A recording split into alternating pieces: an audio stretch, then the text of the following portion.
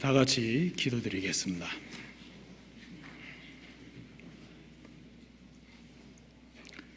사랑에 풍성하신 고맙고 감사하신 하나님 아버지,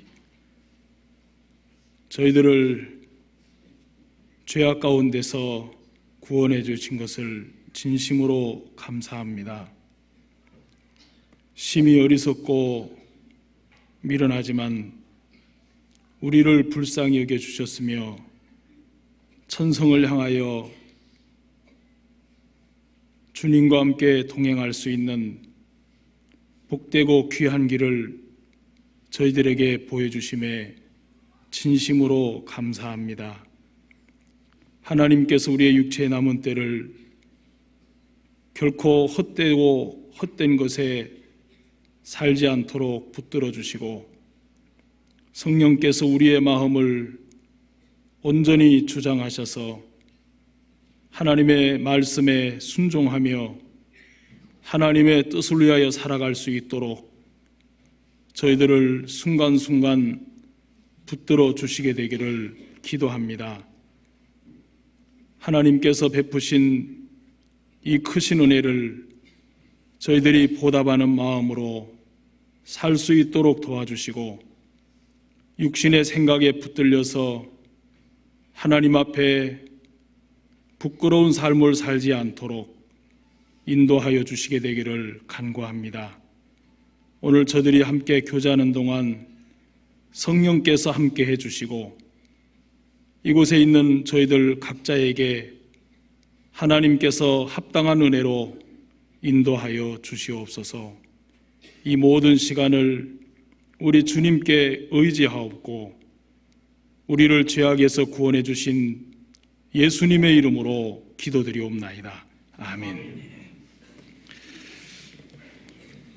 우리 이요한 목사님께서 동대문 교회 집회 중이십니다. 그리고 우리 홍정윤 목사님은 장수교회에, 또 우리 서도성 목사님은 동해교회, 그리고 우리 신용철 목사님께서는 강화교회에 집회 중에 계십니다. 우리 오세일 목사님은 아프리카 전도 여행 중이신데 여러분들이 이번 주에도 많은 분들이 구원받을 수 있도록 기도해 주시면 대단히 감사하겠습니다. 오늘은 룻기 2장 말씀을 읽도록 하겠습니다.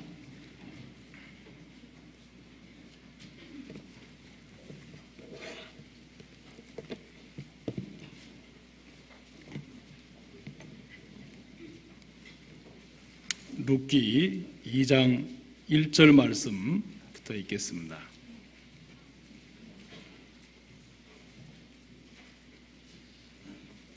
룻기 2장 1절. 나오미의 남편 엘리멜렉의 친족 중 유력한 자가 있으니 이름은 보아스더라. 모압 여인 룻이 나오미에게 이르되 나로 밭에 가게 하소서. 내가 네게 은혜를 입으면 그를 따라서 이삭을 줍겠나이다.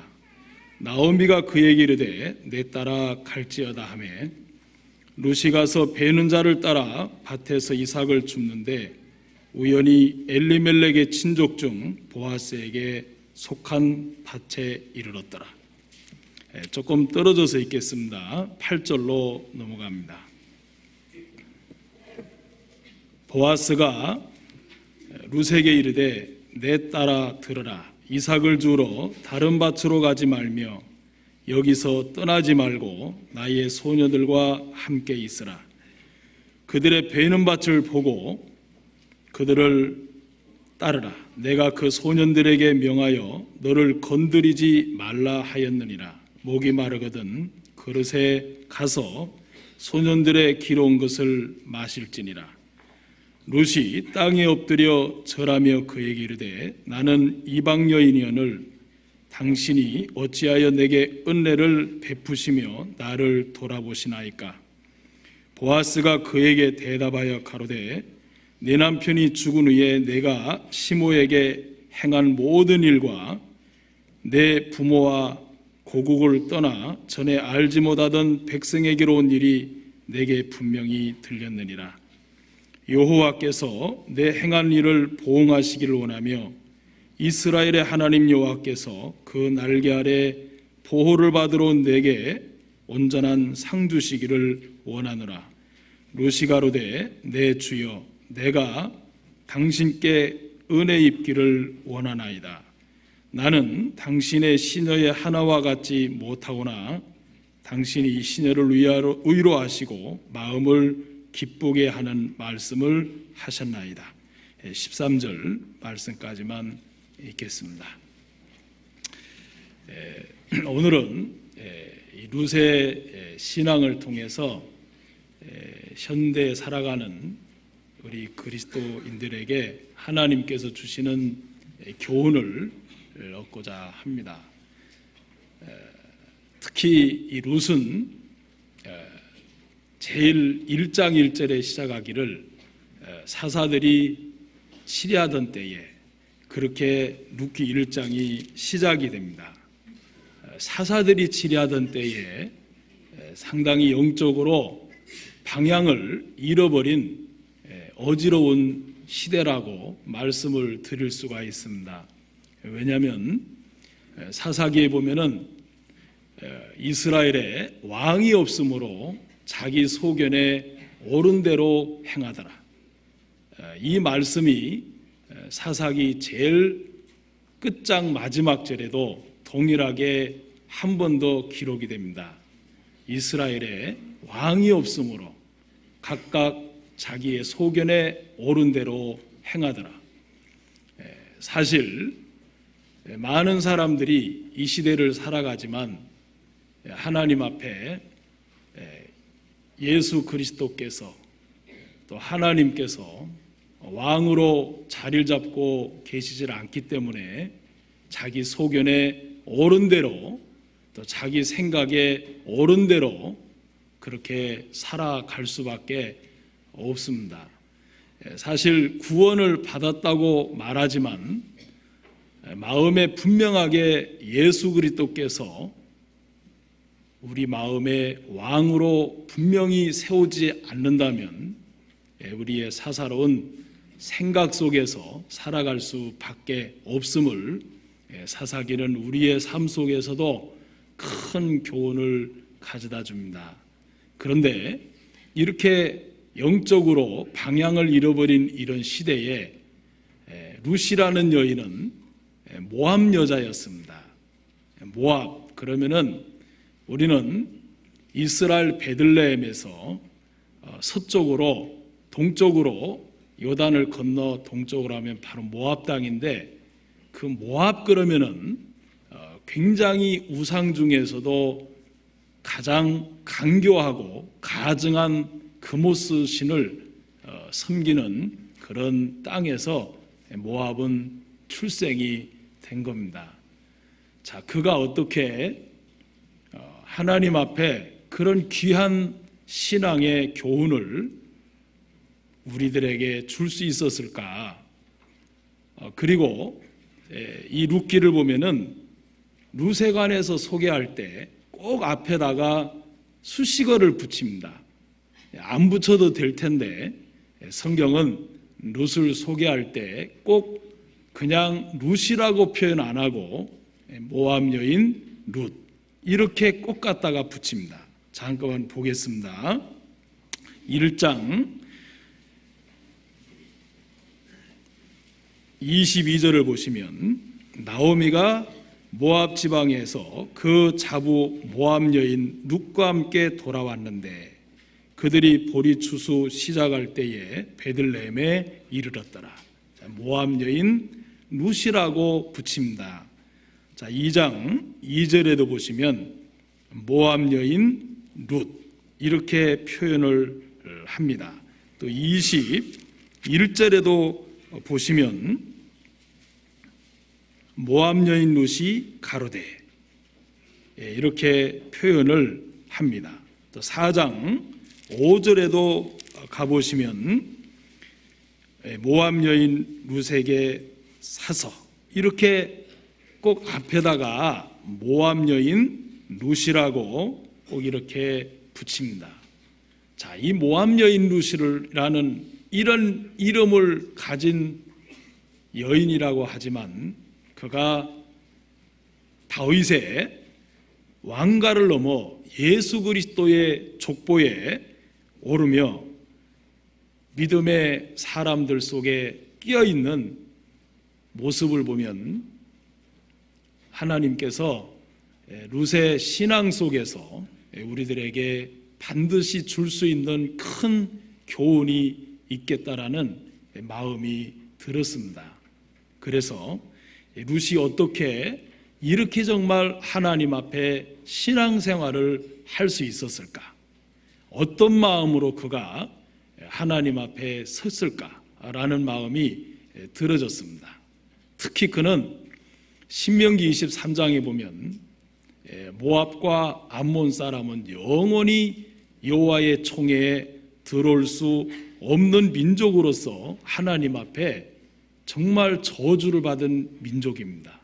그럼에도 불구하고 그가 하나님의 민족인 그것도 베들레헴 땅까지 와서 그는 예수 그리스도의 족보에 올라오는 훌륭한 믿음의 한 사람, 경건의 삶을 한 사람, 룻이 이 자리에 또 이 시간 우리와 함께 같이 교제할 수 있다는 게 너무나 큰 우리들에게 교훈을 주겠다라는 마음이 들어집니다.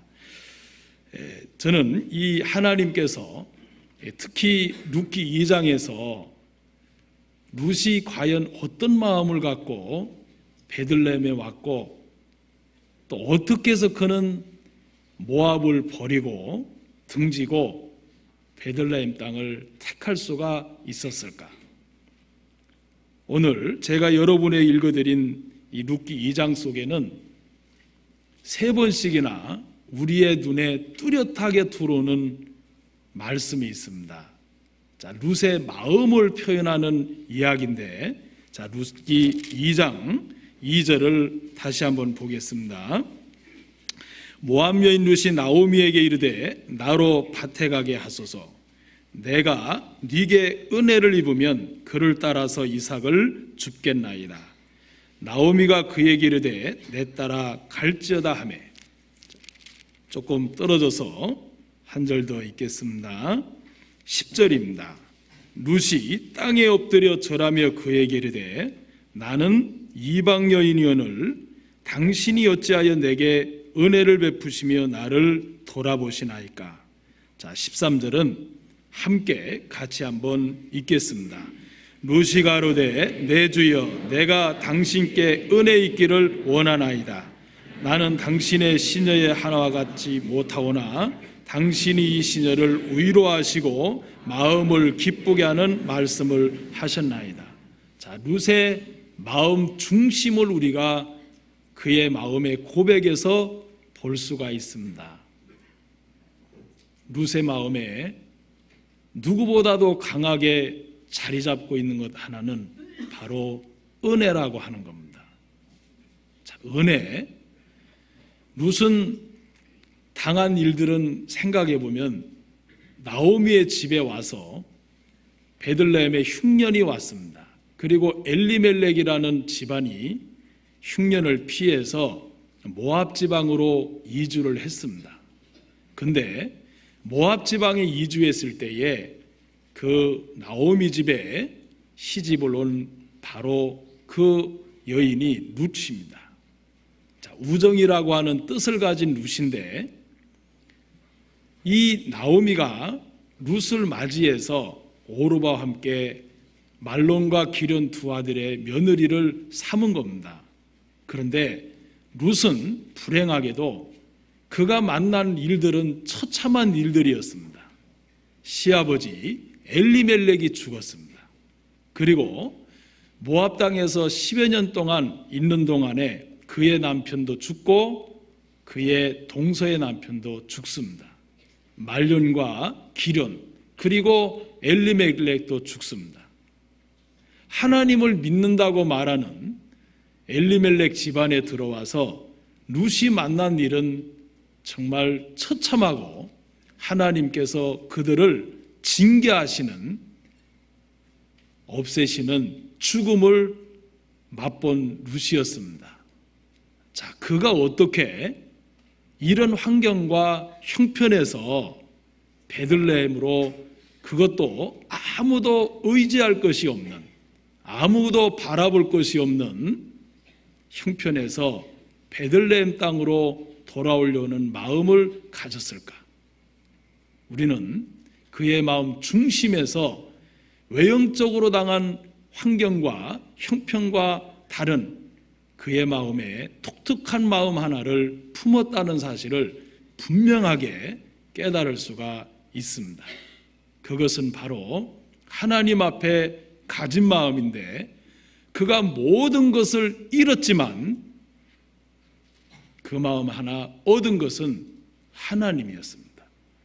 어머니의 백성이 나의 백성이 되고 어머니의 하나님이 나의 하나님이 되시리니, 내가 죽는 일 외에 어머니를 떠나면 여호와께서 내게 벌 위에 벌을 내리실 것입니다. 자, 그는 많은 처참한 일을 만났지만 하나님을 크게 마음에서 얻은 겁니다. 하나님이 그 어떤 형편보다도 가장 룻의 마음을 붙들어줬고 하나님을 찾는 마음을 주신 겁니다.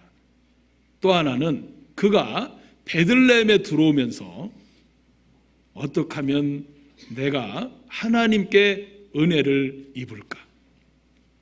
방금 읽은 룻기 2장에서 그의 중심의 마음이 나올 때마다 내게 은혜를 베풀어 주소서.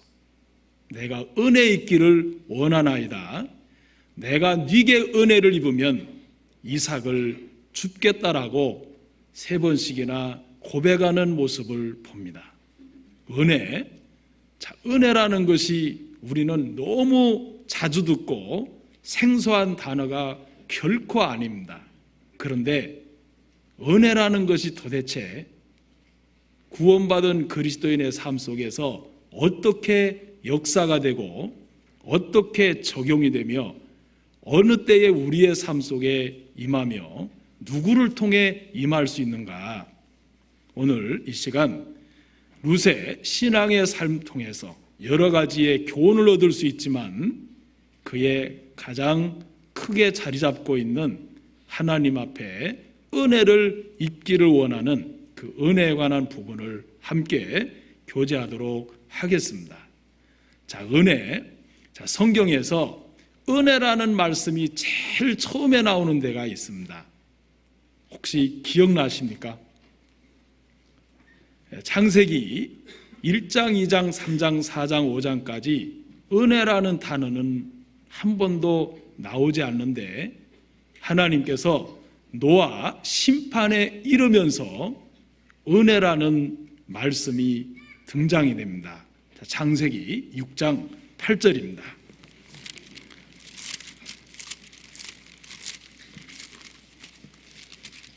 창세기 6장 8절입니다. 함께 다 같이 읽도록 하겠습니다. 그러나 노아는 여호와께 은혜를 입었더라. 자, 하나님께서 노아 시대에 혈육 있는 모든 자를 다 지면에서 쓸어버리려고 할 그때에, 그러나 노아는 여호와께 은혜를 입었더라.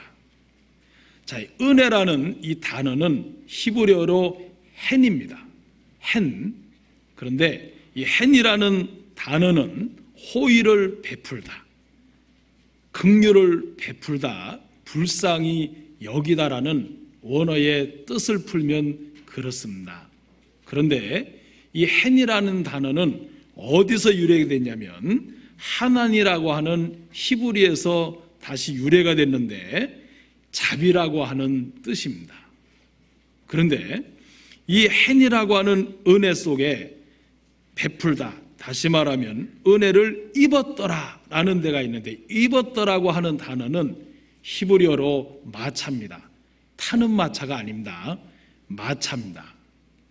언어 음이 마차인데 이 입었더라는 마차의 뜻은 뭐냐면 원어의 뜻을 그대로 풀어보면 발견하다, 깨닫다, 그리고 획득했다라고 되어 있습니다. 여러분들이 혹시 킹제임스 버전 성경을 갖고 계시면 킹제임스 버전에는 이렇게 기록이 되어 있습니다. 노아 found grace. 노아는 찾았다는 겁니다. 발견했다는 겁니다. 그레이스를 어디에서? In the eyes. 눈에서. 어디 눈에서? Of the God, of the Lord. 이렇게 되어 있습니다. 자, 하나님의 눈에서 은혜를 발견했다 라고 표현되어 있습니다. 그런데 이 마차라는 뜻은 발견하다 라는 뜻도 있지만 또 다른 뜻이 하나 있습니다. 획득하다라는 것입니다. 자, 어떤 분은 획득했다라고도 표현을 하는데 사실 두 단어가 일맥상통합니다. 왜냐하면 은혜를 발견한 사람이 은혜를 획득하기 때문입니다. 자, 노아는 하나님의 눈에서 은혜를 발견한 겁니다. 자, 원어의 뜻을 풀면은 그렇습니다. 그렇다면 이 은혜라는 것은 우리의 신앙생활에 없어서는 안 되는 가장 귀중한 말씀이라고 표현해도 절대로 과언이 아닙니다. 루터는 오직 은혜다, only grace라고 그는 표현했습니다. 그런데 루터가 이 은혜를 표현하기를 뭐라고 표현했느냐 하면 이렇게 표현했습니다. 사람이 어떤 공로로도 덮을 수 없는, 인간의 어떤 공로로도 포장할 수 없는 게 은혜다.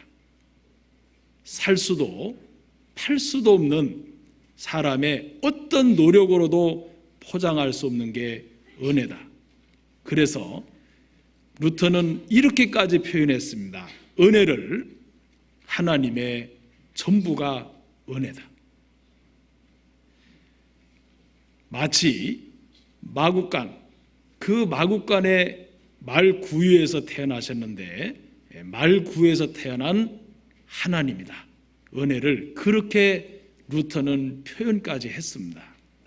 루터의 종교개혁은 사실은 하나님의 은혜라고 자기 자신의 표현도 표현이었지만 우리가 생각해도 분명한 종교개혁의 가장 큰 작용이 하나님의 은혜였습니다.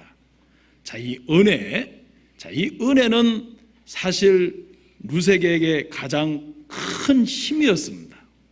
내가 네게 은혜를 입으면, 역시 네게 은혜를 입으면이라는 그 단어를 원어로 찾아가면 같은 뜻입니다.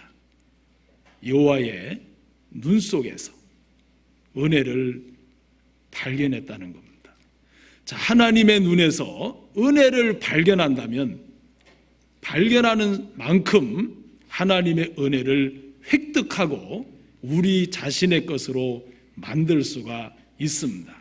세상에 많은 사람들이 이 땅에 태어났지만 영적인 소경으로 태어났습니다. 자, 영적인 소경으로 태어났기 때문에 하나님의 눈에서 마땅히 발견해야 될 것을 발견하지 못하고 사시는 분이 정말 많습니다. 하나님은 하나님의 눈 속에서 모든 사람들이 노아처럼 그리고 룻처럼 은혜를 발견하고 그 은혜 속에서 살게 되기를 정말 바라는 것입니다.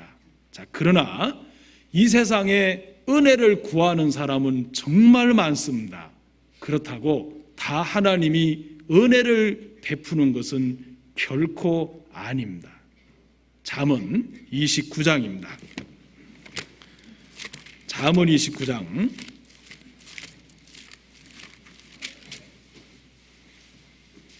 26절입니다.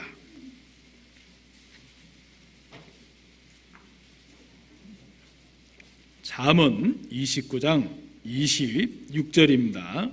함께 다 같이 읽겠습니다. 주권자에게 은혜를 구하는 자가 많으나 사람의 일의 작정은 여호와께로 말미암느니라. 자, 은혜를 구하는 사람은 정말 많습니다. 그러나 그 은혜를 주시고 안 주시기의 작정은 여호와께로 말미암은 겁니다. 우리는 룻의 삶을 통해서 도대체 은혜는 누구에게 임할 수 있는가? 하나님의 은혜는 첫 번째 누구에게 은혜가 입혀지는가? 베드로전서 5장 5절에도 은혜의 하나님이라고 표현되어 있습니다. 은혜의 하나님이. 자, 이 은혜 과연 누구에게 은혜가 입혀지는가? 자, 성경에는 분명히 하나님의 은혜가 입혀지는 마음의 상태를 잘 표현하고 있습니다. 잠언 3장 3절 34절입니다.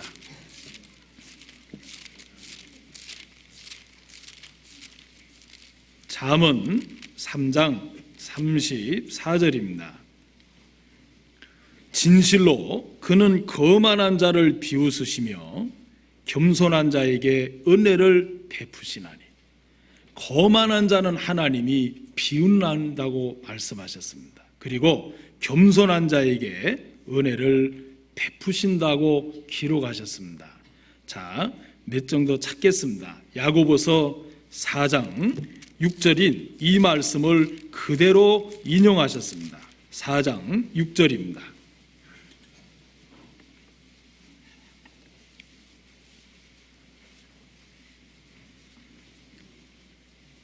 야고보서 4장 6절입니다. 그러나 더욱 큰 은혜를 주시나니 그러므로 일렀으되 하나님이 교만한 자를 물리치시고 겸손한 자에게 은혜를 주신다 하였느니라. 자, 하나님은 잠언 3장 34절의 말씀을 그대로 인용하셨습니다. 한 장 더 찾습니다. 베드로전서 5장 5절입니다. 베드로전서 5장 5절입니다. 젊은 자들아 이와 같이 장로들에게 순복하고 다 서로 겸손으로 허리를 동이라. 하나님이 교만한 자를 대적하시되 겸손한 자들에게는 은혜를 주시느니라. 자, 하나님은 여러 곳에 겸손한 자에게 은혜를 주신다고 하셨습니다. 겸손이 뭡니까? 많은 사람 앞에 남을 높이고 자기는 가장 낮은 자리로 낮추며 모든 사람을 자기보다 가장 높이며 자기를 가장 낮은 곳으로 임하게 하는 게 겸손이라고 말씀드릴 수 있습니다. 겸손. 자, 우리는 성경에서 정말 하나님께 은혜를 입어 신앙생활을 아름답게 하며 하나님과 동행했던 많은 분들을 봅니다. 자, 그것은 다름 아니라 다윗입니다. 자, 다윗이 10여 년 동안 사울에게 쫓겨다녔습니다. 사울이 그렇게 다윗을 죽이러 다닐 때 다윗은 사울에게 이런 고백을 했습니다. 마치 벼룩 하나를 쫓듯 어찌하여 나를 쫓나이까. 자기 자신을 벼룩이라고 표현했습니다. 어찌 산의 메추라기를 따르듯 나를 따르나이까. 자기 자신을 메추라기라고 표현했습니다. 그는 다윗은 시편 62편에서 하나님 앞에 이렇게 표현했습니다. 입김보다 경하다. 입김보다 경한 자로다. 자기 자신이 하나님 앞에 서면 그림자요 입김보다 더한 자다 라고 표현을 했습니다. 신약시대에 하나님을 가장 가까이 하고 예수 그리스도의 다음으로 정말 하나님 앞에 우리의 신앙의 본이 된 한 분이 있습니다. 바울입니다. 자, 바울은 고백을 했습니다. 모든 성도 중에 지극히 작은 자보다도 더 작은 나에게 이 은혜를 주시는도다. 그렇게 그는 표현했습니다. 아브라함은 하나님 앞에 이렇게 표현했습니다. 자기 조카 롯을 위해서 소돔과 고모라 성에서 롯을 제발 건져달라고 하는 간청을 드릴 때 자기 자신을 하나님 앞에 티끌이라고 표현한 겁니다. 티끌이라도 요 앞에 한 번 더 은혜를 간구하나이다. 티끌, 입김, 벼룩, 메추라기, 그리고 지극히 작은 자보다도 더 작은 나에게 라는 것은 바로 겸손을 의미하고 있습니다. 그들이 인간적으로 우리보다 못나거나 부족한 게 사실 없습니다. 믿음의 조상이고 하나님과 정말 가까이 했지만 하나님 앞에 섰을 때 그들은 겸손한 자기 자신의 모습을 하나님 앞에 고백드릴 수밖에 없었습니다. 하나님의 은혜, 겸손한 자에게 임합니다. 또 있습니다. 자, 하나님의 은혜는 누구에게 임하냐면 주님을 사랑하는 자에게 임합니다. 주님을 찾고 주님을 정말 마음에 사랑하는 자입니다.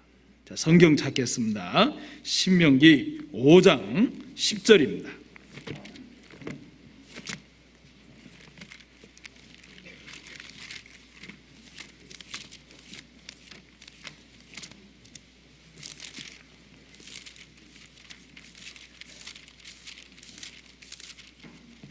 신명기 5장 10절 찾겠습니다. 제가 읽어드리겠습니다. 나를 사랑하고 내 계명을 지키는 자에게는 천대까지 은혜를 베푸시니라. 나를 사랑하고 내 계명을 지키는 자에게 하나님은 천대까지 은혜를 베푸시느니라고 말씀하셨습니다. 하나님을 사랑하는 자들입니다. 또 있습니다. 변함없이 사랑하는 자에게도 그렇습니다. 자, 우리의 변함없는 사랑, 하나님의 은혜를 입을 수 있는 자격입니다. 에베소서 6장 24절입니다.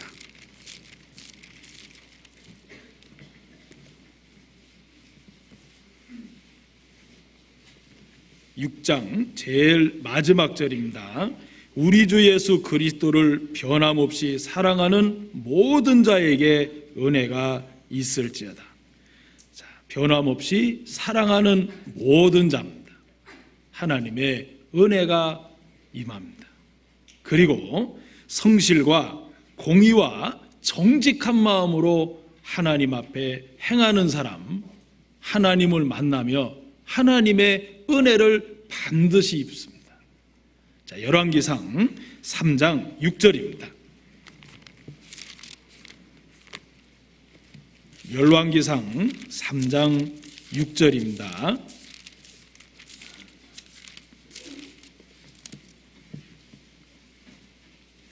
솔로몬이 가로되 주의 종 아비 다윗이 성실과 공의와 정직한 마음으로 주와 함께 주의 앞에서 행함으로 주께서 저에게 큰 은혜를 베푸셨고 주께서 또 저를 위하여 이 큰 은혜를 예비하시고 오늘날과 같이 더 위에 앉을 아들을 저에게 주셨나이다.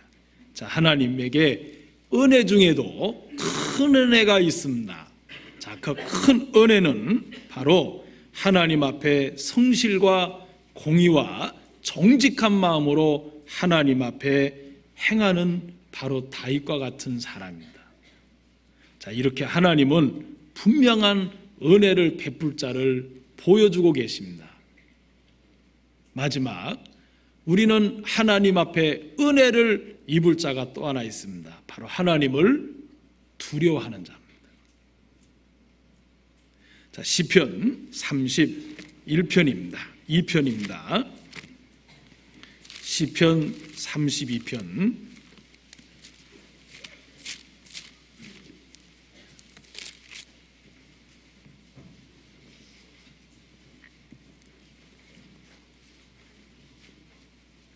제가 조금 잘못 말씀드린 것 같은데 31편 19절입니다.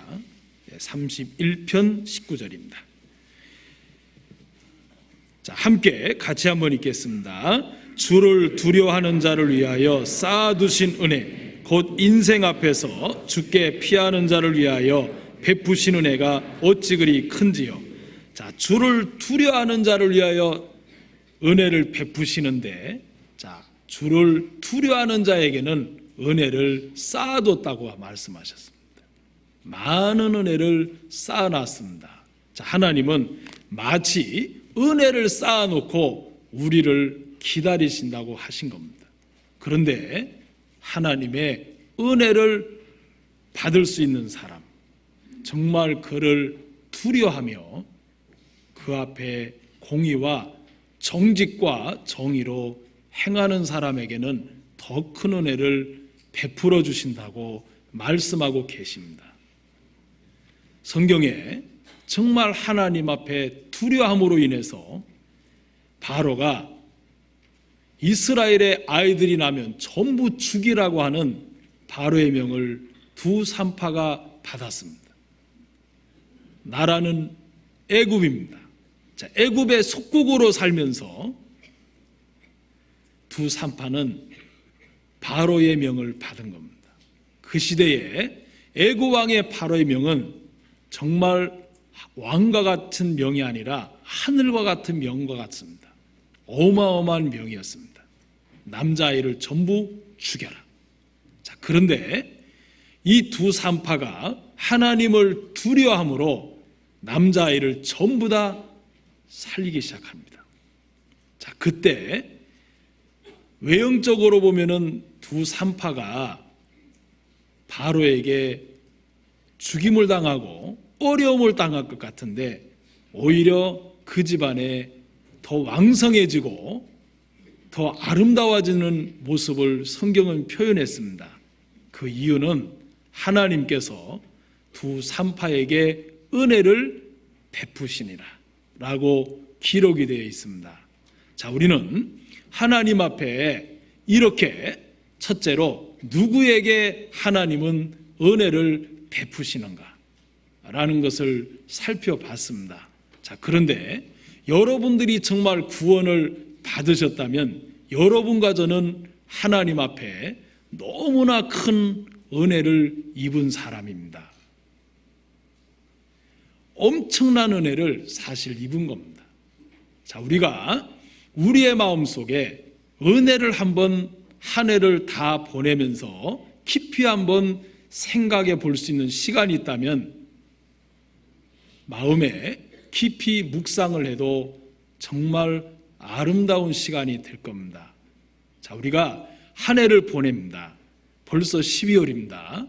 자, 그런데 이 한 해를 보내면서 하나님께서 내게 베푸신 은혜를 얼마나 내 마음속에 깊이 생각하고 새겨보고 시간을 보냈는가 라고 한번 돌이켜볼 수가 있습니다.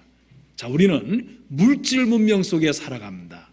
자, 이 물질 문명 속에 살아가기 때문에 하나님께서 우리를 죄에서 구원해 주신 그 은혜를 물질적으로 표현했습니다. 얼마나 큰 대가를 그리고 엄청난 그분의 은혜를 우리가 입었는가. 자, 우리 마태복음 18장으로 가시면 금방 알 수 있습니다. 자, 마태복음 18장입니다.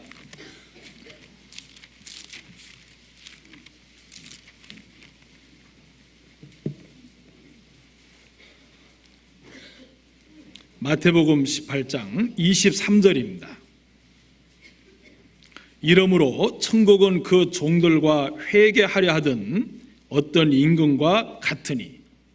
자, 종이 끌려왔습니다. 임금 앞에 회개해야 될, 분명히 계산해야 될 일이 있습니다.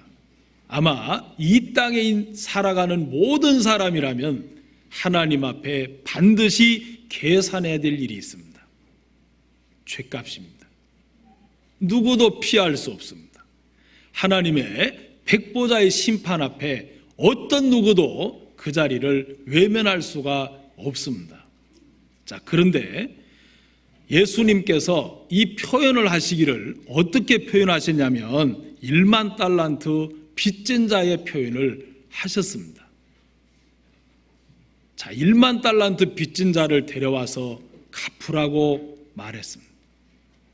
그가 갚을 것이 없었습니다.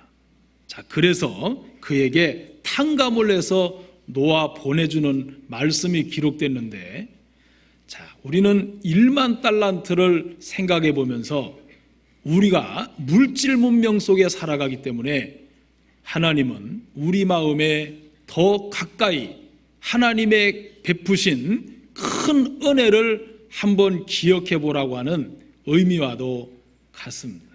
1만 달란트, 자, 금은의 수량입니다. 자, 1만 달란트라 그러면 우리가 잘 계산이 안 됩니다. 그런데 금 한 달란트가 금 34kg입니다. 한 달란트가 34kg입니다. 자, 그러면 여러분이 끼고 있는 반지 있습니까? 자, 금반지 끼신 분 한번 손 한번 들어봐 주실래요? 예, 저 몇 분 드시는데 뭐 있는데도 안 드시는 것 같아요. 뭐 끼면 뭐 육신적인 것도 아닌데, 아, 다이아몬드를 끼셨습니까? 자, 금반지, 여러분이 쉽게 끼고 있는 금반지 한 돈이 몇 그램입니까? 그냥 선물로 받아서 끼고 다니십니까? 여러분이 끼고 있는 금반지 한 돈이 3.75g입니다. 3.75g입니다. 그러면 1만 달란트 중에 금운의 수량 중에 금 한 달란트가 34kg니까 여러분이 끼고 있는 한 돈이 3.75g이라고 계산하면, 자, 금 34kg면 또 너무나 계산하기가 어렵습니다. 1kg가 몇 g입니까? 어떤 분은 10, 20 뭐 이러는데 아닙니다. 1kg가 1000g입니다. 자, 그러면 금 1kg가 1000g인데 여러분이 끼고 있는 금 한 돈 3.75g이니까 몇 개를 만들 수 있습니까? 머리가 타기 시작합니다. 그러면 한 달란트 가지면 몇 개를 만들 수 있습니까? 34kg니까. 집에 가서 머리 타세요. 그러면 걷다가 1만 달란트면 몇 개를 만들 수 있을 것 같습니까? 더군다나 성경을 기록한 그 시대에 유다의 모든 백성들이 로마에 1년 동안 세를 바친 돈이 800달란트랍니다. 모든 유대인들이 로마에 1년 동안 바친 돈이 세가 800달란트입니다. 그러면 한 데나리온이 젊은 한 사람이 품삯인데 한 달란트가 6천 데나리온입니다. 도대체 몇십 년을 일해야 한 달란트를 그 당시에 갚을까라고 생각해 보면 1만 달란트가 어마어마한 돈이라며 물질이라는 걸 우리 마음에 쉽게 납득이 갑니다. 자, 1만 달란트, 결코 여러분 평생 동안 아마 돈으로 따지면 다 세아려 봐도 세아릴 수 없는 엄청난 액수의, 정말 우리가 계산이 나옵니다. 자, 그런데 하나님께서 여러분과 저에게 하나님 앞에 반드시 계산이 돼야 될 죗값 1만 달란트로 표현했습니다. 자, 1만 달란트로 표현하신 하나님, 1만 달란트를 탕감해 줬습니다. 왜 탕감해 줬습니까? 왜 이 큰 은혜를 우리에게 입혀 주셨습니까? 자, 우리는 두 번째, 하나님이 이렇게 큰 은혜를 우리에게 베풀어 주신 이유를 반드시 알고 넘어가야 됩니다. 왜냐하면, 자, 보십시다. 27절입니다. 그 종의 주인이 불쌍히 여겨 놓아보내며 그 빚을 탕감하여 주었더니, 탕감해서 줬습니다. 그런데 그 종이 나가서 제게 100데나리온 빚진 동갈 하나를 만나 붙들어 목을 잡고 가로되 빚을 갚으라 하매 1만 달란트 탕감받은 사람이 자기에게 100데나리온, 한 달란트가 6,000데나리온인데 100데나리온이면 도대체 몇 분의 몇입니까? 1만 달란트에 비하면 100데나리온은 정말 극히 작은 돈입니다. 그런데 그 100데나리온을 탕감해 주지 않습니다. 하나님께서 여러분과 저에게 1만 달란트라는 엄청난 돈을 놓고 물질을 놓고 탕감해 주신 이유가 있습니다. 이유는 다른 게 아닙니다. 탕감해 주신 하나님의 마음을 갖고 살으라는 겁니다. 그 마음을 본받아서 닮아가도록 노력하라는 겁니다. 그 마음으로 다른 사람에게 베풀라는 것입니다. 그 주님의 사랑을, 은혜를 선전하라는 것입니다. 그런데 그 은혜를 입었으면서도 불구하고 참다운 은혜를 깨닫지 못하면 자기에게 100데나리온 빚진 동갈 하나를 붙들고 탕감을 해주지를 않습니다. 첫 번째, 하나님께서 왜 우리에게 1만 달란트를 탕감해 주셨는가? 그것은 용서해 주라는 겁니다. 서로가 용서해 주라는 것입니다. 내가 내게 탕감해 주고 불쌍히 여겨 준 것처럼 너희를 만나는 모든 사람에게 하나님의 은혜로 받은 만큼 탕감해 주고 서로가 서로를 용서해 주라는 것입니다. 골로새서 3장 찾겠습니다. 13절입니다.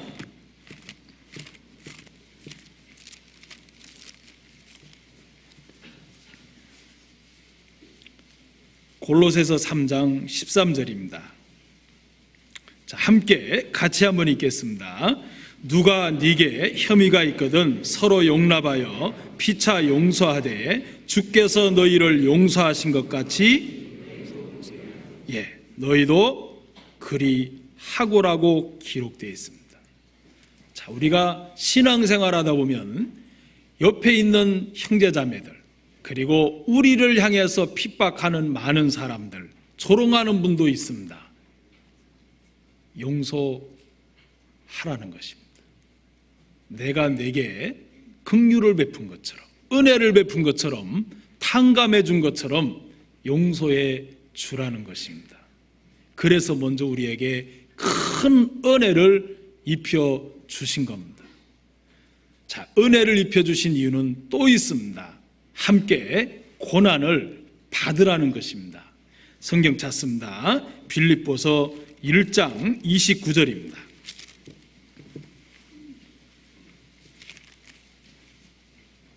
1장 29절 제가 읽겠습니다. 그리스도를 위하여 너희에게 은혜를 주신 것은 다만 그를 믿을 뿐 아니라 또한 그를 위하여 고난도 받게 하심이라. 자, 너희에게 은혜를 주신 분명한 목적이 나옵니다. 이 큰 은혜를 주신 것은 고난도 받게 하려 함이라 라고 기록되어 있습니다. 자, 올해 우리는 새해 임원들이 뽑혔습니다. 아마 이 자리에도 많은 임원들이 앉아 계실 겁니다. 하나님께서 새로운 임원이 선출될 때가 되면 긴장들을 합니다. 올해는 이 잔을 내게서 옮기옵소서라면서 기도하시는 분도 혹 있을지 모르겠습니다. 그런데 하나님께 받은 은혜를 생각하면 고난도 고난이지만 봉사라고 주신 게 분명합니다. 자, 성경 찾습니다. 베드로전서 4장 10절입니다.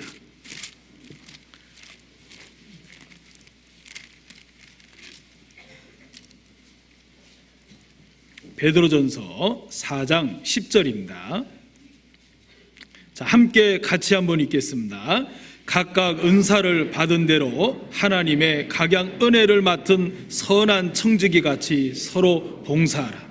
자, 서로 봉사합니다. 은혜를 따라 봉사하는 겁니다. 자, 봉사는 하나님께서 내게 베푼 엄청난 은혜를 갚을 수 있는 기회를 주는 겁니다. 올 한 해를 했다고 해서 내년 한 해를 또 하지 말라는 법이 없습니다. 또 주실 때 하나님 앞에 어떤 마음으로 받을 것인가? 물론 개인의 특별한 사정도 있습니다. 피치 못할 사정도 분명히 있습니다. 그러나 웬만해서는 무엇보다도 먼저 너희는 그의 나라와 그의 의를 구하러 가신 말씀처럼 먼저 하나님 앞에 은혜를 갚는 마음으로 봉사에 임하신다면 하나님께서 다른 모든 것을 분명하게 더하실 것입니다. 어떤 분이 그냥 이야기하는 소리를 들었습니다. 목사님, 봉사해 보니까 진짜 하나님께서 모든 일을 더하시더라고요. 그런데 올해는 빼주세요. 그러시더라고요.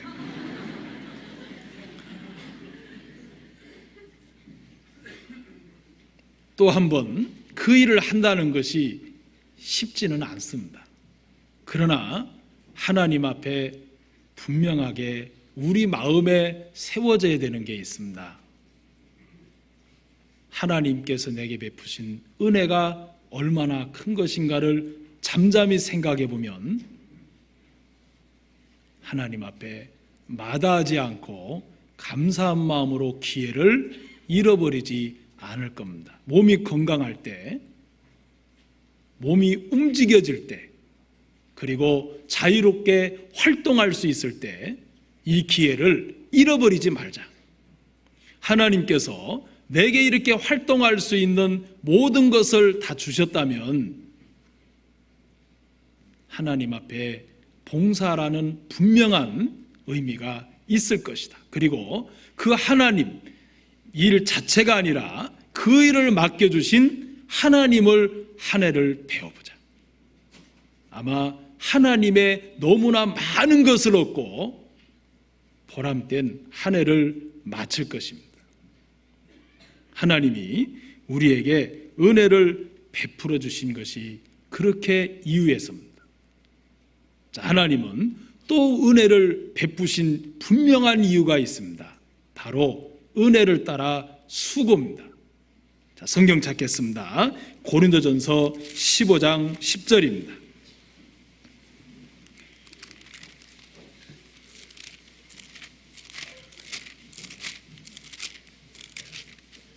고린도전서 15장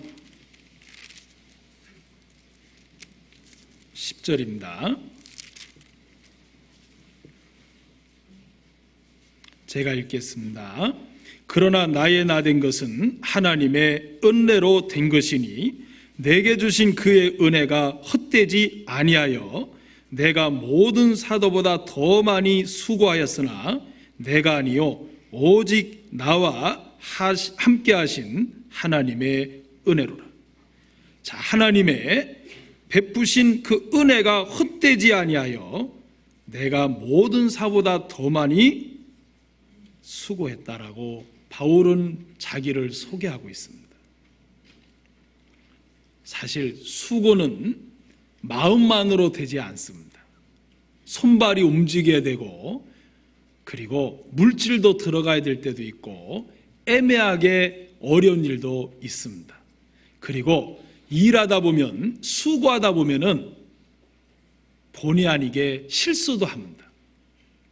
그런데 명심해야 될 게 있습니다. 일도 안 하고 수고도 안 하는 사람은 실수도 안 합니다. 명심해야 될 일입니다. 아예 가만히 있는 사람은 아무것도 없습니다.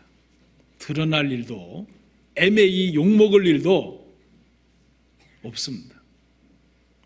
우리나라에 그림면허라는 것이 있었는데 그 그림면허증 자격이 없어져 버렸어요. 왜냐하면 그 그림면허가 주려고 하다 보니까 5년 동안 아무 사고 없고, 그리고 교통법규도 위반 안 하고 벌점도 없고 하여간 5년 동안 깨끗해야만 그림면허를 줍니다. 저도 한때는 그 면허를 가졌었는데 갑자기 없어져 버렸어요. 나라에서 없애버렸습니다. 그 관계자 말을 들어보니까 왜 없앴냐 그러니까 운전면허증 따놓고 집안에 가만히 있는 아주머니들 때문에. 그림면허를 가장 많이 받는 사람이 누군가 보니까 운전면허증 따놓고 평생토록 운전 한 번도 안 한 사람이 다 그림면허들이에요. 그래서 그 면허증을 나라에서 자격을 취소시켰다는 이야기를 들었습니다. 애매하게 뺏긴 사람도 있습니다. 자, 우리는 어떤 사람이 굉장히 비싼 차를 하나 샀습니다. 자, 예를 들어서 벤츠를 하나 샀습니다. 근데 벤츠를 사놓고 매일 닦습니다. 먼지를 털고 물 청소를 합니다. 그런데 늘 닦으면서 기도하는 거예요. 하나님, 저 운전할 때 도와주세요. 지켜주세요. 보호해주세요. 다른 차가 와서 들이박지 않도록 지켜주세요. 그리고 기도하면서 차를 닦았습니다. 근데 2, 3일 있다가 또 닦기 시작했습니다. 하나님, 나 지켜주세요. 운전할 때 지켜주시고 보호해주시고 한눈 팔지 않도록 붙들어주시고 다른 차가 내 차에 와서 부딪히지 않도록 붙들어주세요. 그러면서 계속해서 차를 닦으면서 기도했습니다. 어느 날 열심히 그렇게 기도하면서 차 닦는데 하나님이 그러시더래요. 야야, 나는 너를 보호해주고 싶어도 보호해줄 날이 없다. 왜냐하면 밖에 나가서 운전도 안 하고 맨날 보호해주세요, 지켜주세요. 내가 언제 너를 지켜줘야 되냐? 그러면서 그 마음을 두들기시더래요. 맞습니다. 앞서서 수고도 안 하면 드러나지도 않습니다. 드러나지도 않으면 부족함도 모릅니다. 부족함도 모르기 때문에 주님 은혜를 깨달을 수 없습니다. 주님의 마음도 헤아릴 수 없습니다. 뒤에 뒷짐만 지고 늘 교회당에 왔다 갔다만 하면 하나님의 은혜나 수고를 통해 나타나지는 분명한 하나님의 세계를 절대로 배울 수 없습니다. 하나님께서 우리에게 주신 은혜는 봉사하고 고난을 받고 수고하라고 주신 겁니다.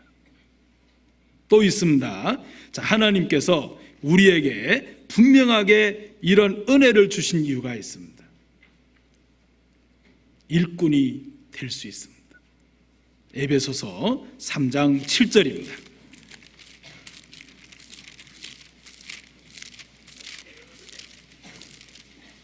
에베소서 3장 7절 제가 읽어 올리겠습니다.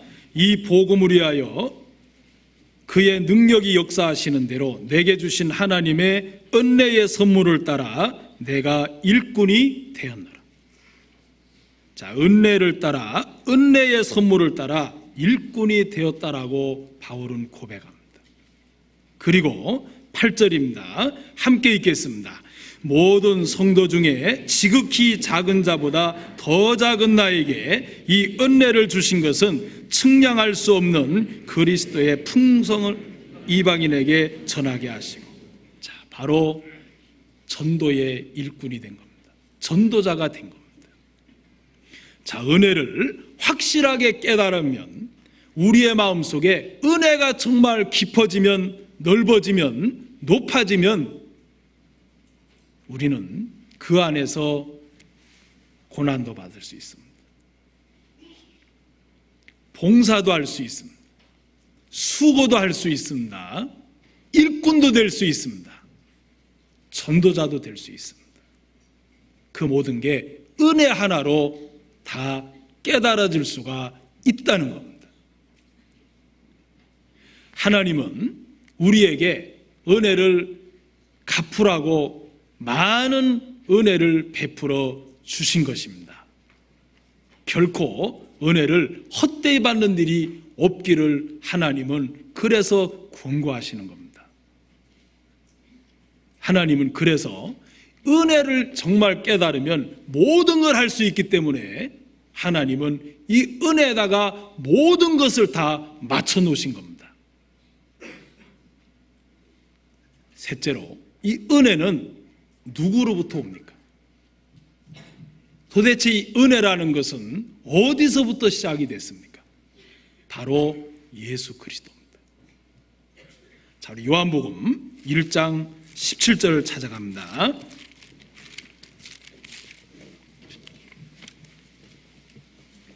요한복음 1장 17절입니다.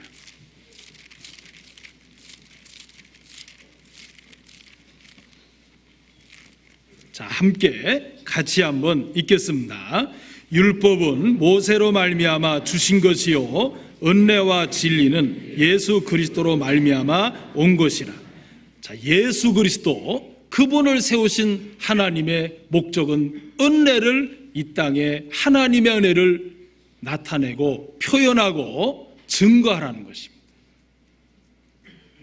은혜와 진리는 바로 예수 그리스도로 말미암아 왔습니다. 그런데 너무나 놀랍습니다. 하나님이 이 은혜에다가 모든 것을 다 맞춰놨습니다. 자, 말씀도 뭡니까? 은혜의 말씀입니다. 성경 찾습니다. 자, 사도행전 14장입니다. 사도행전 14장 3절입니다.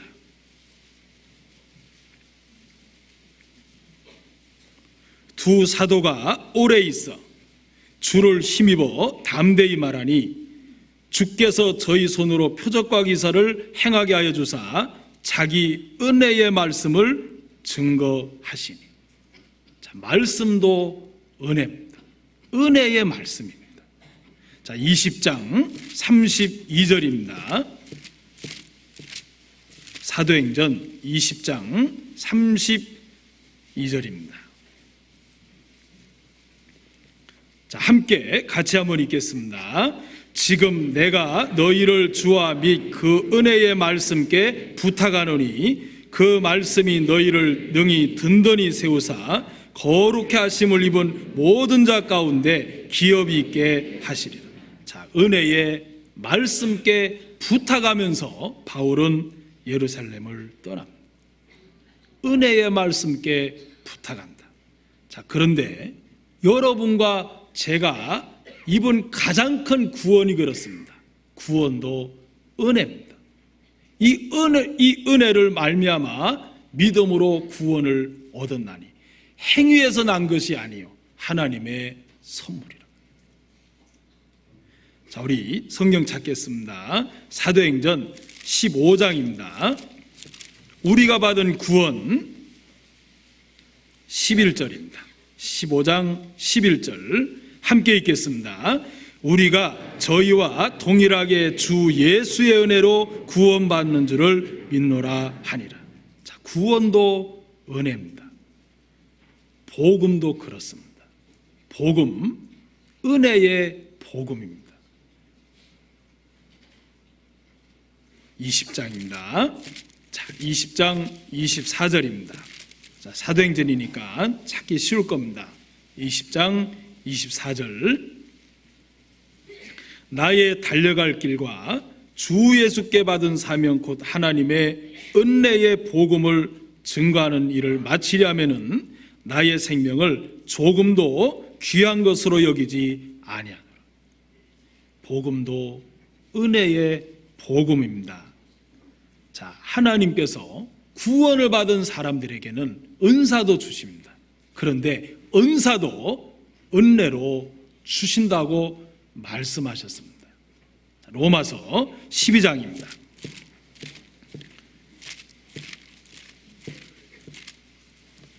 로마서 12장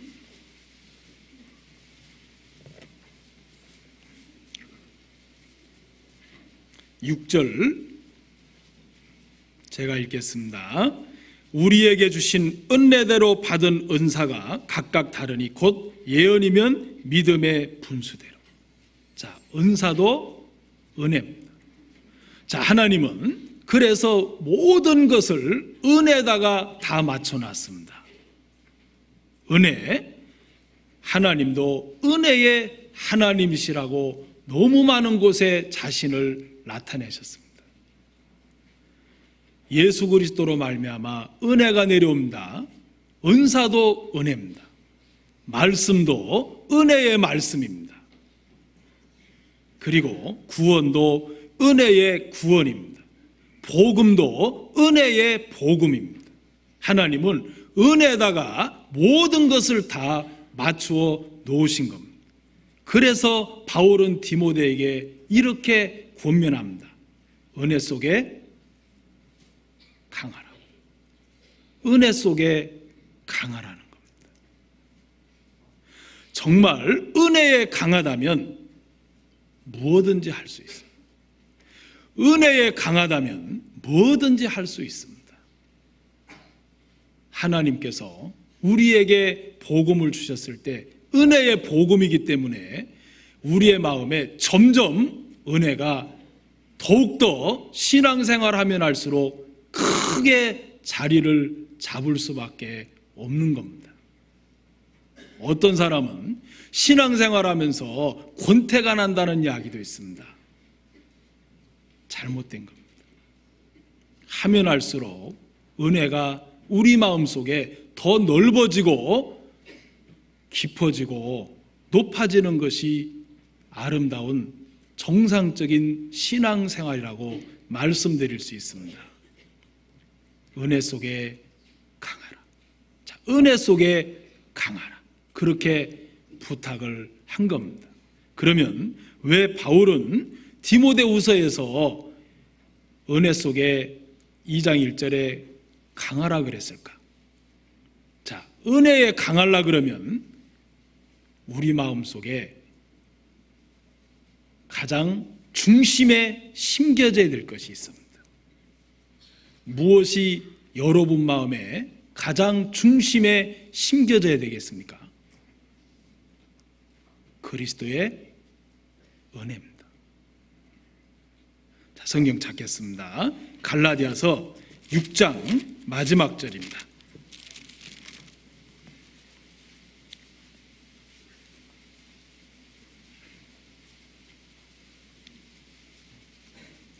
자, 너무나 중요한 말씀입니다. 함께 읽겠습니다.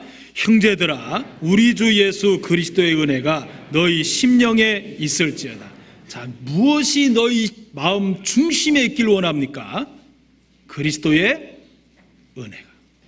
자, 그리스도의 은혜가 너희 심령에 있을지어다. 너무나 중요한 권면이며 부탁입니다. 빌립보서 4장 23절입니다. 빌립보서 4장 23절입니다.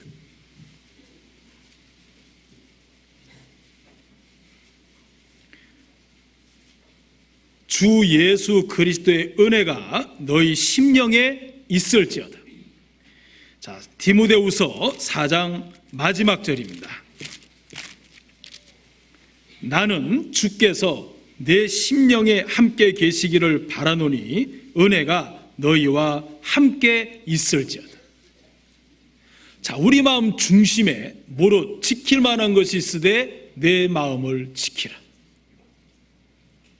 은혜에 강하다면, 그리고 은혜가 우리 마음 중심에 세워져 있다면 우리는 마음이 강해지고 믿음으로 서 있는 은혜 속에 우리의 마음이 그리스도와 교제가 더 돈독하게 두터워질 것입니다. 그런데 신앙생활에 미스하는 분이 있습니다. 신앙생활을 정말 헛되게 하는 사람이 있습니다. 신앙생활을 신앙생활답지 못하게 흐리멍텅하게 하는 사람이 있습니다. 이유가 있습니다. 은혜를 헛되게 받는 사람입니다. 자, 고린도후서 6장 1절입니다.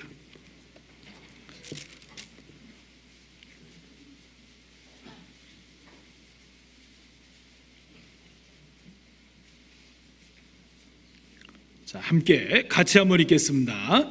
우리가 하나님과 함께 일하는 자로서 너희를 권하노니 하나님의 은혜를 헛되이 받지 말라. 하나님의 은혜를 헛되이 받지 말라는 겁니다. 하나님은 우리를 위하여 당신의 전부를 다 쏟아 부어서 은혜를 베풀어 주셨습니다.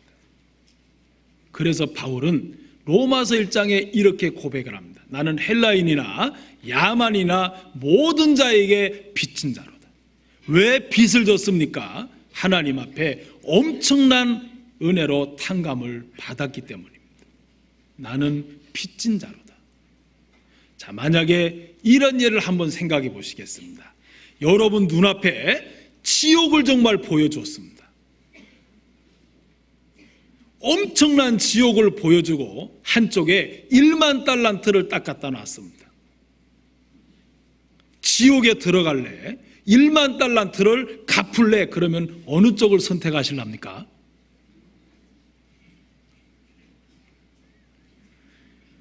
강심장 갖고 계신 분이 몇 분 계신 것 같은데 지옥은 아니겠죠.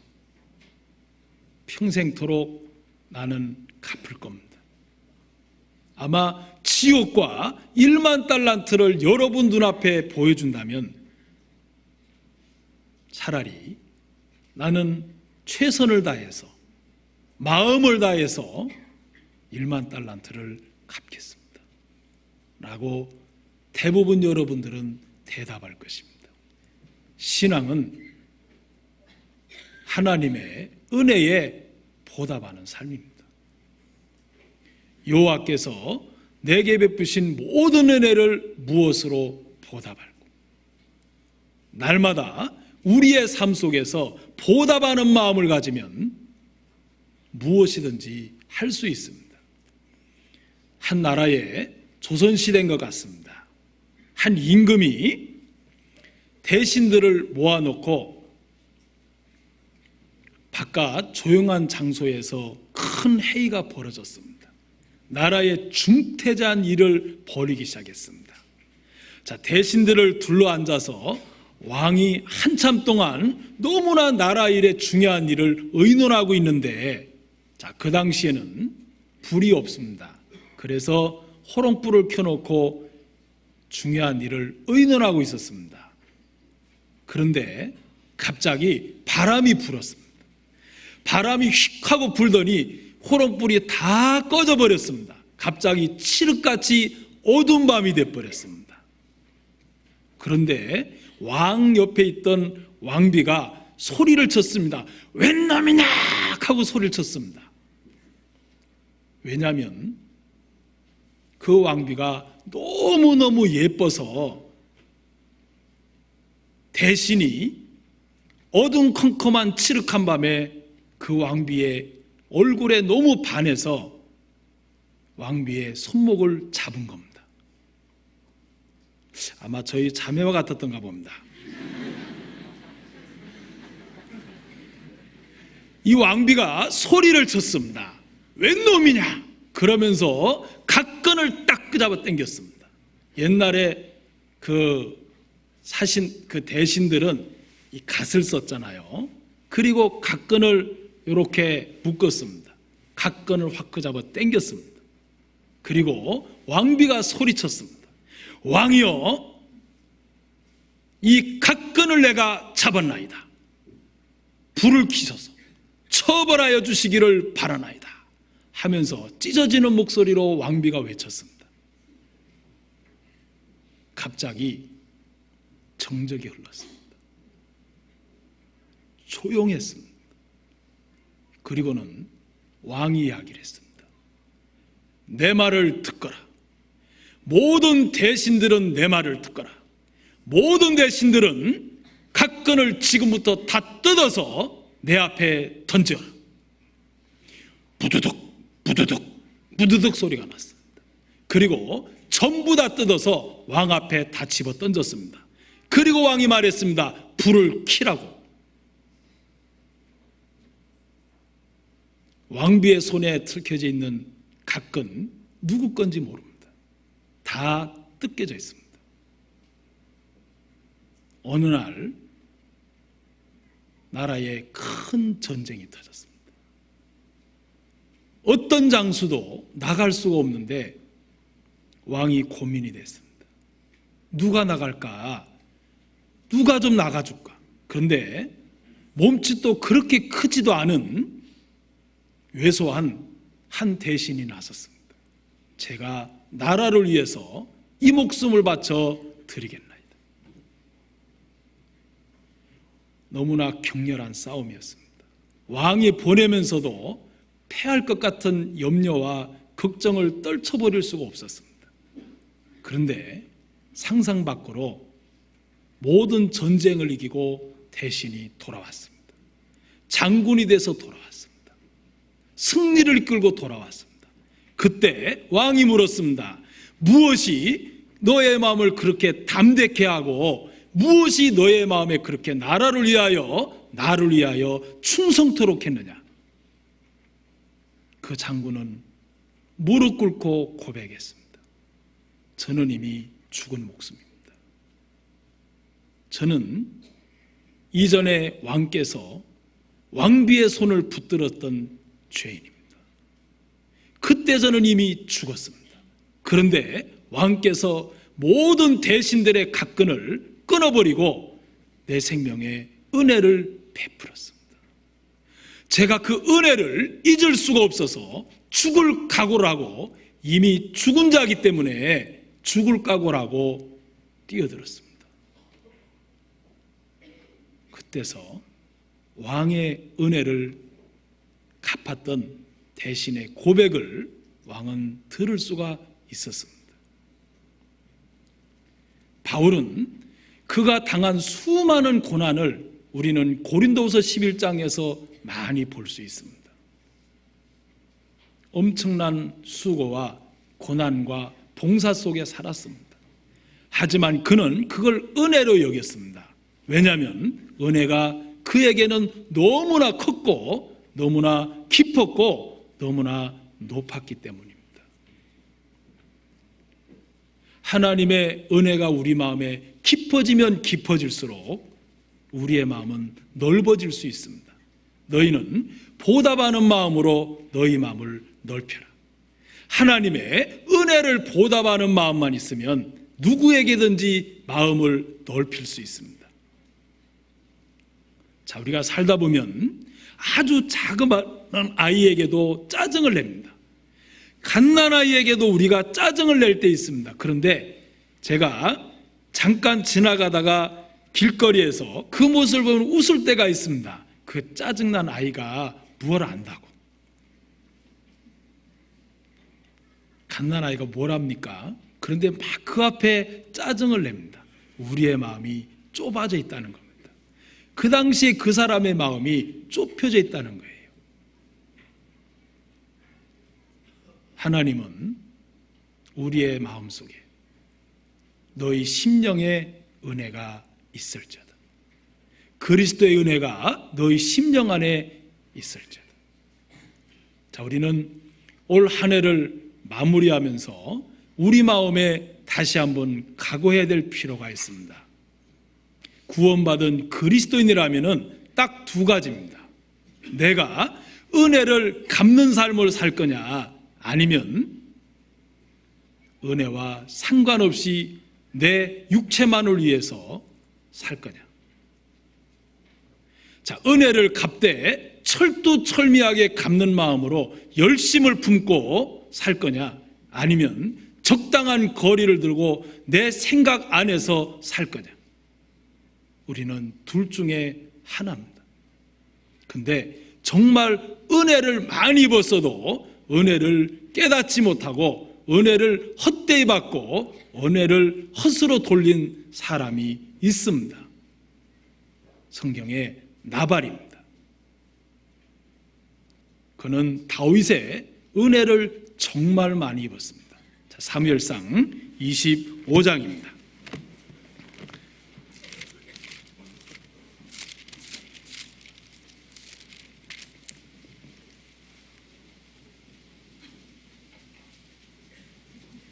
사무엘상 25장입니다.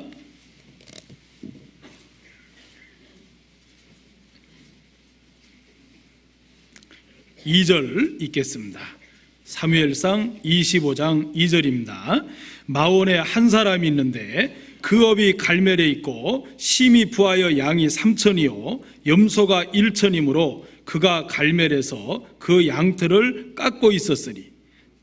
자, 성경에 갈멜에 있는 나발은 정말 부자입니다. 3절, 그 이름은, 사람의 이름은 나발이요 그 아내 이름은 아비가일이라. 자, 나발은 정말 심히 부한 사람이라고 성경에 표현되어 있습니다. 그런데 이 광야에서 어떻게 그는 부한 자가 됐을까? 이 광야에는 사막에 사는 베두원 사람들로 인해서 많은 침략을 받고 노략질을 당하고 위험이 한두 가지가 아니었다고 합니다. 그런데 그 와중에서 어떻게 나발은 이렇게 부유한 자가 됐을까? 다윗의 은혜였습니다. 성경 보십시오. 7절입니다. 내게 양털 깎는 자들이 있다함을 이제 내가 들었노라. 내 목자들이 우리와 함께 있었으나 우리가 그들을 상치 아니하였고 그들이 갈멜에 있는 동안에 그들의 것을 하나도 잃지 아니하였나니. 다윗이 종들을 보내면서 약간의 음식을 은혜 입으려고 나발에게 보내면서 드리는 인사입니다. 우리와 함께 있었으나 그들을 상치 아니했다. 하나도 잃지 않았다. 자, 그 옆에 조금 더 봅니다. 15절입니다.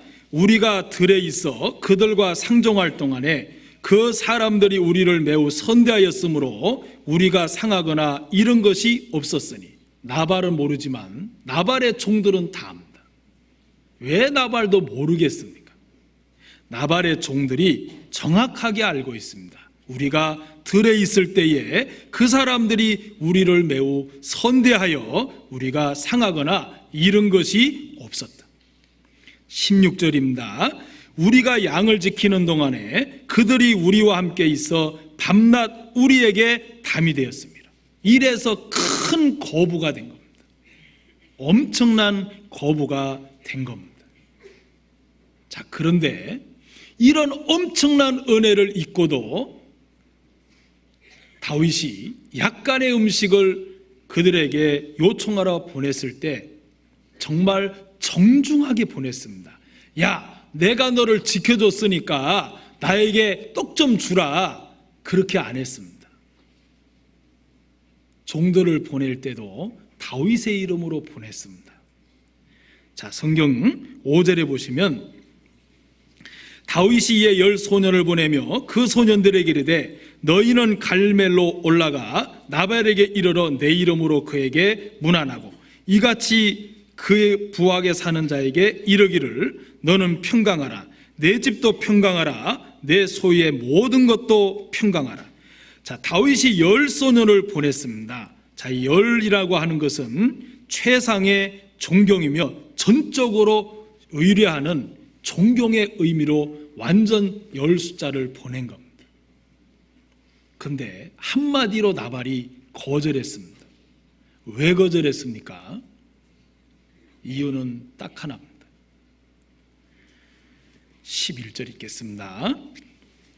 자, 함께 같이 한번 우리에게 너무나 교훈되는 말씀입니다. 11절 내가 어찌 내 떡과 물과 내 양털 깎는 자를 위하여 잡은 고기를 가져 어디로서인지 알지도 못하는 자들에게 주겠느냐 한지라. 내가 어찌 내 떡과 물과 내 양털 깎는 자라고 표현했습니다. 나발은 한마디로 자기 것에만 붙들려 있는 내 것으로만 뭉쳐 있는 어리석은 사람입니다. 우리가 주님 앞에 살다 보면은 여러 가지 생활 속에 졌습니다. 그런데 우리도 모르게 하나 빠지는 게 내 것이라는 것에 잡힙니다. 그래서 아깝다는 생각이 들어집니다.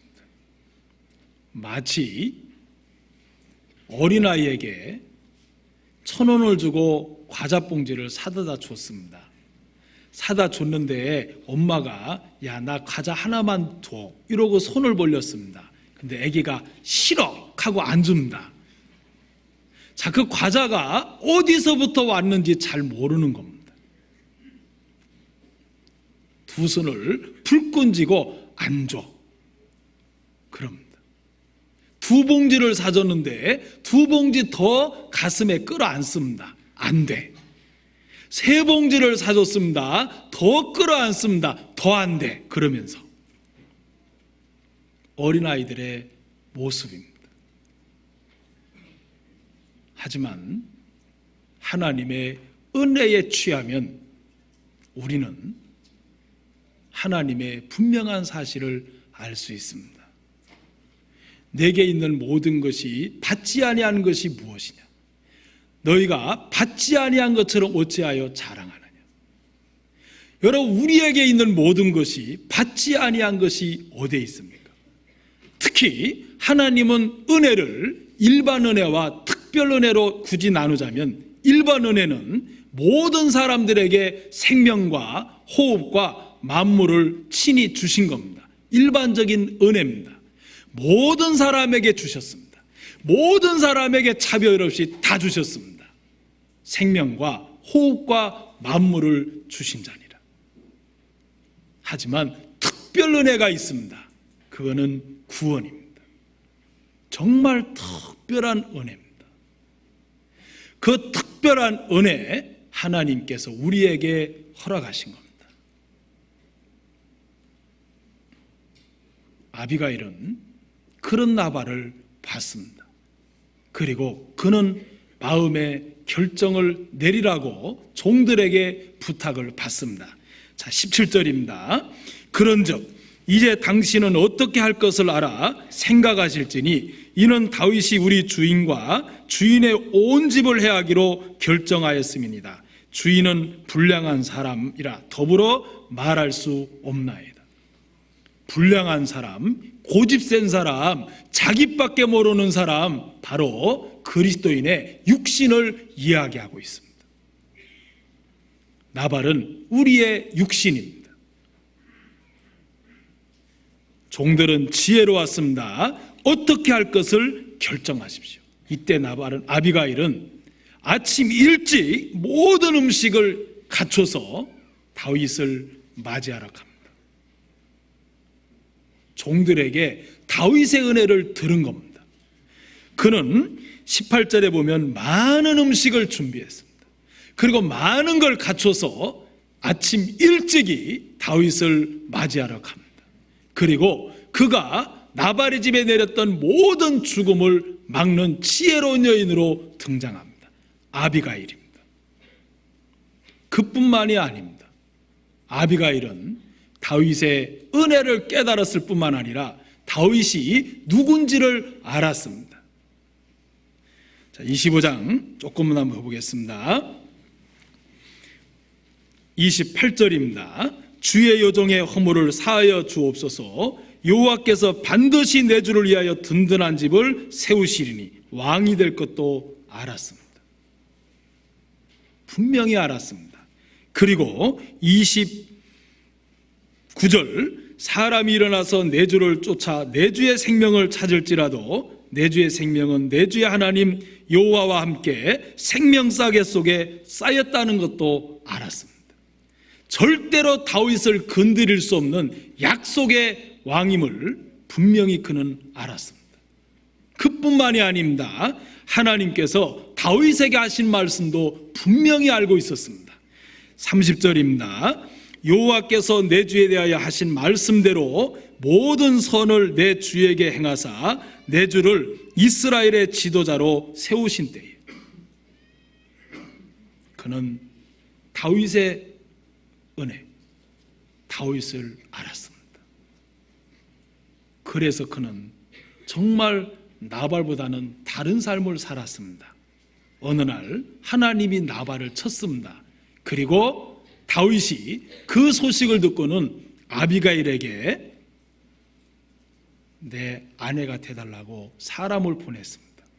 그때 아비가일은 뒤도 돌아보지 않았습니다. 자, 성경 보시겠습니다. 40절입니다. 다윗의 사원들이 갈멜에 가서 아비가일에게 이르되 그에게 일러 가로되 다윗이 당신을 아내로 삼고자 하여 우리를 당신에게 보내더이다. 42절 급히 일어나서 뒤도 안 돌아봤습니다. 얼마만큼 많은 부유한 자인데 왕 같은 잔치를 벌일 만큼 나발은 부유한 자였습니다. 그러나 그 모든 것 돌아보지 않았습니다. 그는 다윗이 가지고 있는, 다윗 속에 있는 하나님으로 말미암아 베푸는 은혜, 그 무엇보다도 나발이 가지고 있는 어떤 것보다도 가장 크게 여긴 게 아비가일입니다. 뒤도 돌아보지도 않고 일찍이 일어나 다윗에게 갑니다. 나발의 그 모든 것을 뒤로 하고 말입니다.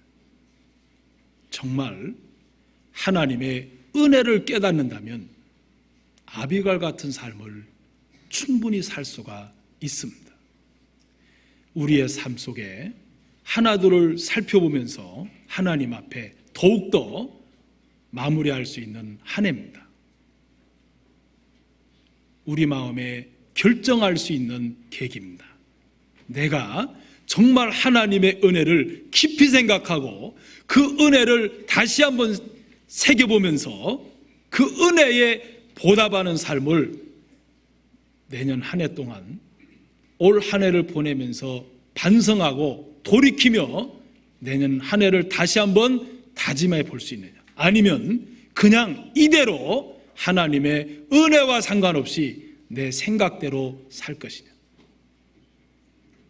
우리 마음 중심에다가 여러분의 손을 얹어놓고 여러분 자신을 돌아보실 수 있는 귀중한 교훈이 되기를 바랍니다. 마치겠습니다. 기도드리겠습니다.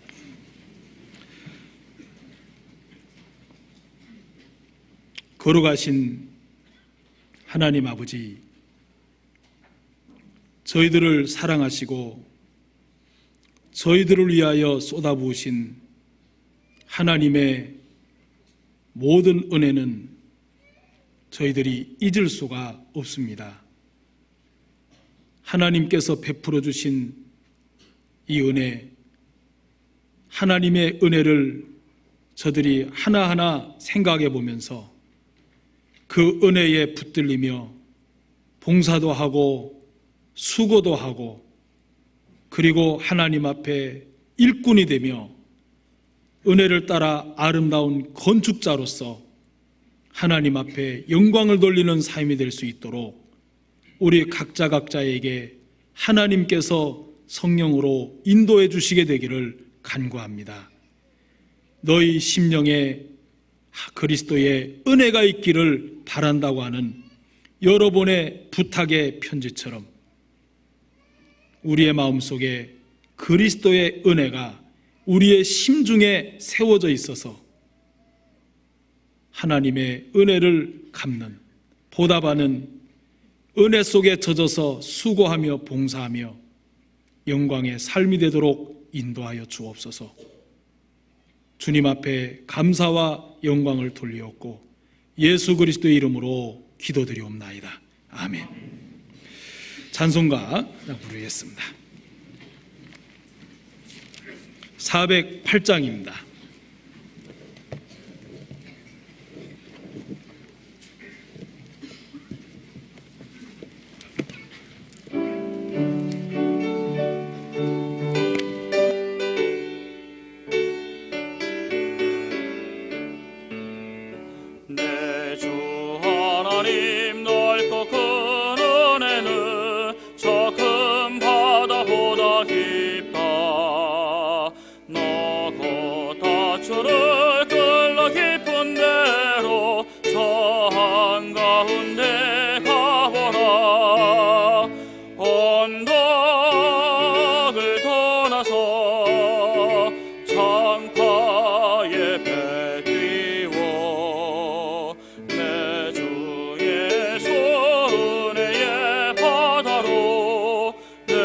맘껏 쳐가라.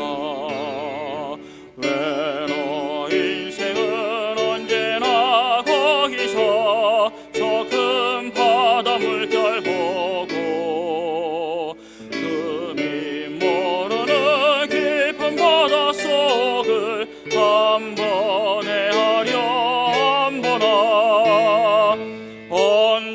언덕을 떠나서 창가에 배 띄워 내 주의 손의 바다로 내 맘껏 쳐가라.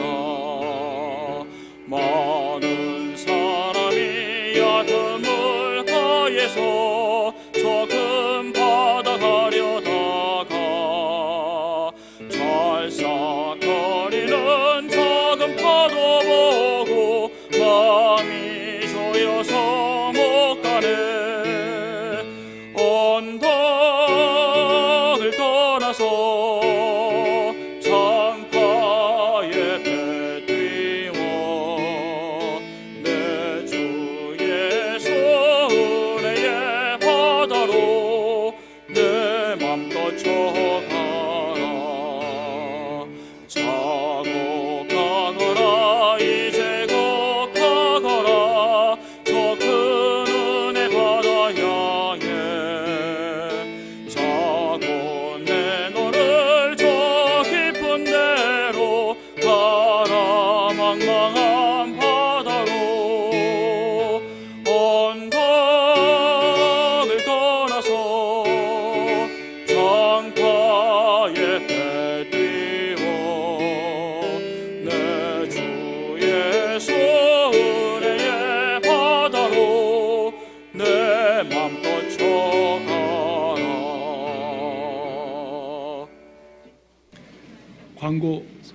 광고 없습니다. 편하게 돌아가십시오.